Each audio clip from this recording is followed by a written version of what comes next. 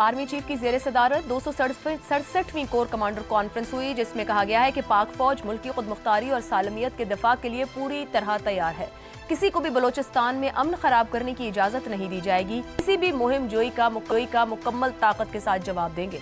भारतीय बयानात अंदरूनी खलफशार इंसानी हुकूक की खिलाफ वर्जियों से तवज्जो हटाने के लिए हैं। अस्करी क़यादत कौम को दरपेश कसीरुल जहती चैलेंजेस से मुकम्मल तौर पर आगाह है। अस्करी क़यादत अवामी हिमायत से अपनी जिम्मेदारियां निभाने के लिए पुरज़्म है। वज़ीर आज़म शहबाज शरीफ का कहना है कि माजी की फाश गलतियों और फैसलों की वजह से हमारे जवान जानों के नजराने पेश कर रहे हैं। बदकिस्मती से माजी में हजारों दहशतगर्दों को छोड़ा गया। अपनी सफ़ों में इत्तेहाद और इत्तफाक पैदा करने की ज़रूरत है। आज से पहले शायद कभी इतनी अमन की ज़रूरत नहीं थी। आज अमन की ज़रूरत है। सियासत भी हो जाएगी और सियासी मैदान भी सजेंगे। ये दहशतगर्दों से मुकाबले का वक्त है। आज सियासी तफरीक या सियासत का वक्त नहीं। इस वक्त हमें अपनी तमाम तवानाइयाँ पूरे खुलूस के साथ दहशतगर्दों के मुकाबले में सर्फ करनी है। डायलॉग के जरिए मसाइल का पायदार हल निकाला जा सकता है, लेकिन अगर कोई बातचीत पर तैयार नहीं और रियासती कवानीन को चैलेंज कर रहा है तो किसी भी सूरत तशद्दुद की इजाज़त नहीं दी जा सकती। हालिया अरसे में मुल्क में दहशतगर्दी की लहर में बड़ा इजाफा हुआ है। 2024-2015 के बाद सबसे खूनी साल रहा है।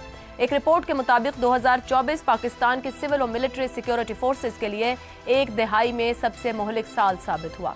साल 2024 के दौरान 2023 के मुकाबले में 66% से जायद जाने गई और औसतन रोजाना तकरीबन 7 जाने ज़ाया हुई, जबकि रवा साल के पहले महीने में दहशतगर्दी के वाक़यात में 42% इजाफा हुआ।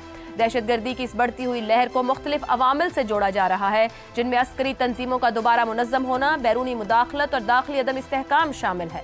अस्करी क़यादत अपनी तमाम तर तवानाइयों के साथ दहशतगर्दी के खात्मे के लिए मसरूफ़ अमल है, मगर इसके साथ साथ मकामी क़यादत का भी एक पेज पर होना नागुज़ीर हो चुका है। इसी सूरत हाल पर सवाल रखेंगे पैनल के सामने। माजी की फाश गलतियां और फैसले हमारे जवान जानों के नजराने पेश कर रहे हैं। शहबाज शरीफ दुरुस्त तशख़ीस। 80 की दिहाई पोस्ट 9/11 2021 बार बार पॉलिसीज तब्दील। पॉलिसी तसलसल के लिए क्या मैकेनिज्म इख्तियार किया जा सकता है? शहजाद साहब। शहबाज शरीफ साहब ने कहा है कि दुरुस्त तशख़ीस हुई है। नहीं सर, ये हमने नहीं सर, ये हमने डाला है कि वो जो माजी की उसकी बात कर रहे हैं कि आप बार बार पॉलिसीज चेंज होती हैं, उस बायस इतना ज्यादा हमें अब दहशतगर्दी का सामना है। बिल्कुल ठीक बात। अच्छा, बात यह है कि जो आर्मी चीफ हैं वो तो जो वो बोलेंगे जो उन्होंने कहा, और वो एक स्टेटमेंट है जो कि कोई भी मिलिट्री चीफ जो किसी एक जंग में इस वक्त बिजी है वो यही इस किस्म की गुफ्तगू करेगा। और जाहिर है उनका काम भी है, उनका रोल है, उनकी जिम्मेदारी है। वो जो जाने दे रहे हैं, कुर्बानियाँ दे रहे हैं, उसका उन्होंने इजहार किया, उसको रिकग्नाइज किया, अपने लोगों को बताया कि ये जंग हमारी लड़ने वाली है और हम ये लड़ते रहेंगे।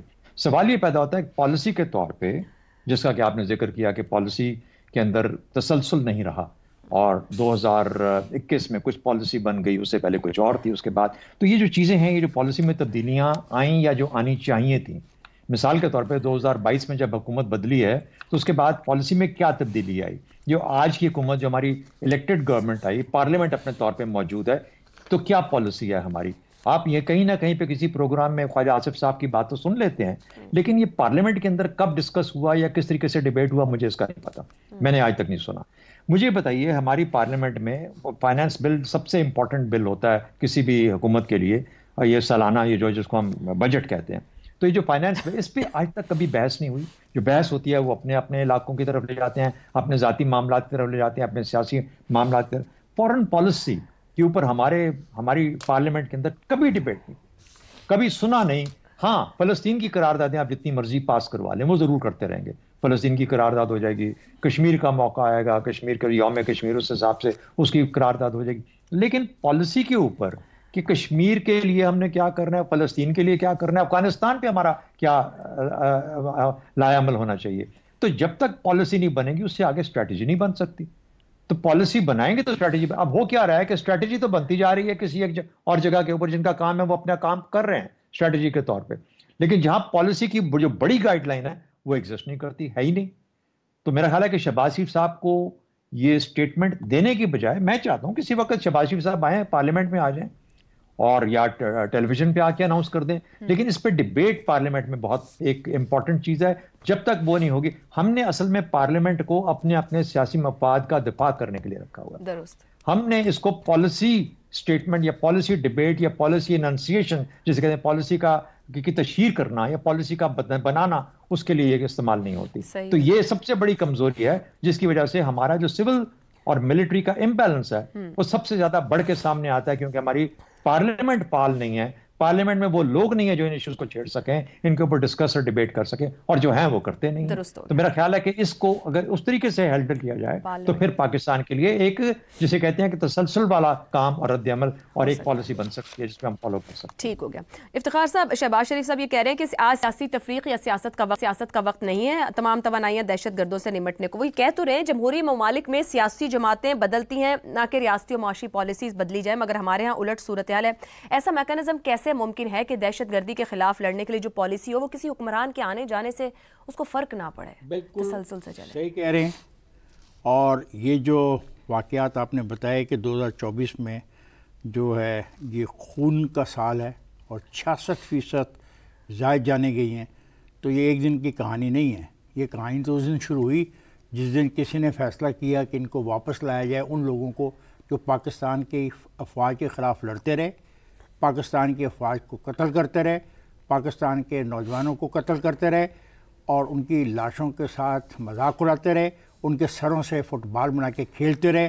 ان کو جب معاف اور جب ان کو کہا گیا کہ آ جاؤ تم اب اچھے ہو گئے ہو اور آ کے بس جاؤ، تو یہ اس دن دوبارہ وہ کھیل شروع ہوا تھا جس کا انجام اب ہم بھگت رہے ہیں. بٹ افتخار صاحب یہ کوئی ایک بار کی تو بات نہیں نا، آپ کا حوالہ دے رہے ہیں ماضی کے بھی حوالے ہیں. اس سے پہلے یہ 66% کے واقعات نہیں تھے.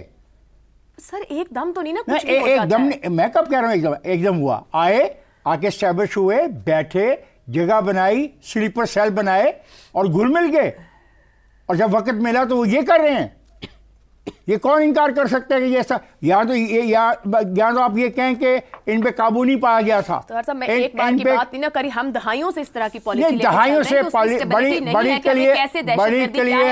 کلیئر ہے دہائیوں سے پالیسی کہ ہم اپنے ہمسایوں کے ساتھ باعزت طور پہ زندگی گزارنا چاہتے ہیں، لیکن اگر ہمارے ہمسائے ہمارے خلاف برے عزائم رکھتے ہیں تو ان کا ڈٹ کے مقابلہ کیا جائے گا، خواہ وہ افغانستان ہو خواہ وہ ہندوستان ہو. یہ بات ہماری اسٹیٹمنٹ ہے، پالیسی اسٹیٹمنٹ ہے ہر حکومت کی، اور اس کا اعادہ وقتاً فوقتاً پارلیمنٹ میں جب اس حوالے سے سوال اٹھایا جاتا ہے تو کیا جاتا ہے. لیکن جو آج بات ہو رہی ہے وہ کچھ ڈفرنٹ بات ہے. تو پارلیمنٹ کو آن بورڈ نہیں کر لینا چاہیے وہاں بیٹھ کے؟ بالکل پارلیمنٹ آن بورڈ ہے. مطلب آپ کہتے ہیں کہ اس پہ میٹنگ بلا لی جائے، میٹنگ بلائی جائے گی، یہی جواب آئے گا.